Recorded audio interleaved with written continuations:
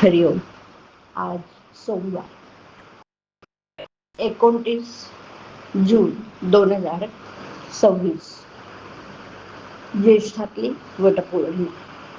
सद्गुरू ब्रह्मचैतन्य गोंदवलेकर महाराज आज आपल्याला सांगणार आहे पुण्यतिथी कशी साजरी करावी. सत्पुरुषांची पुण्यतिथी कशी साजरी कराल. ज्या दिवशी जो नेम कराल तो सतत टिकण्यासारखा असतो. म्हणून आजपासून नामाशिवाय बोलायचं नाही असं आधीच ठरवा. नामात राहण्याचा प्रयत्न करा, म्हणजे इथे आल्यासारखं काही केल्याचं श्रेय तरी मिळेल.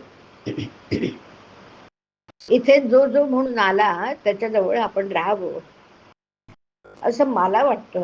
पण तुम्हीच दार लावून ठेवलं तर मी काय करणार. पाहुणा घरी आला आणि त्याला दार उघडलंच नाही तर तो काय करणार. तसं विषयात राहून दारं बंद करून ठेवू नका. नामाचा उच्चार कंठी ठेवा, म्हणजे विषयाचा घाला होणार नाही.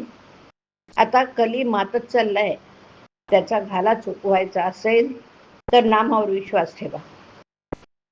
कोणीही काहीही सांगितलं तरी नाम सोडू नका. जसं पाण्याचा मोठा लोंढा चालू झाला की एखाद्या स्थिर झाडाला दोराने बांधून ठेवलेली वस्तू वाहून जात नाही, तसं तुम्ही नामाची कास घट्ट धरली म्हणजे काळ काही करू शकणार नाही. समर्थाने नामाच्या समासात सांगितले आहे तसं नाम हेच रूप असं समजून नाम घेत चला, म्हणजे रूप दिसेल.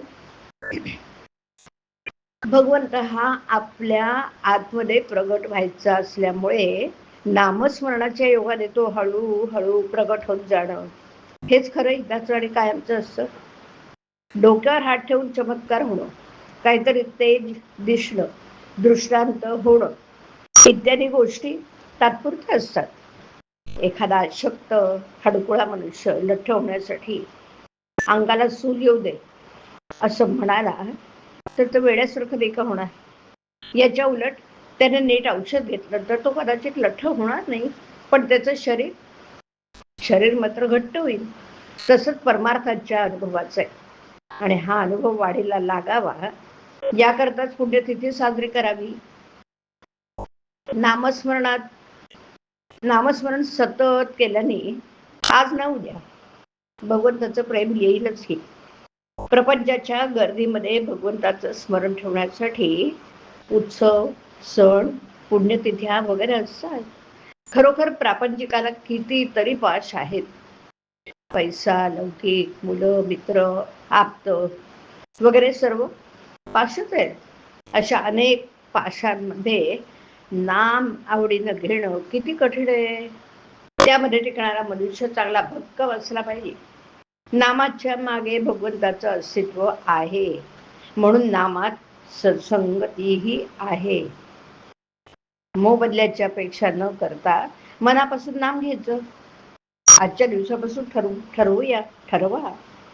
संतांचं अस्तित्व त्यांच्या देहात नसून त्यांच्या वचनात आहे. हरिओम. हरिओम तत्सत.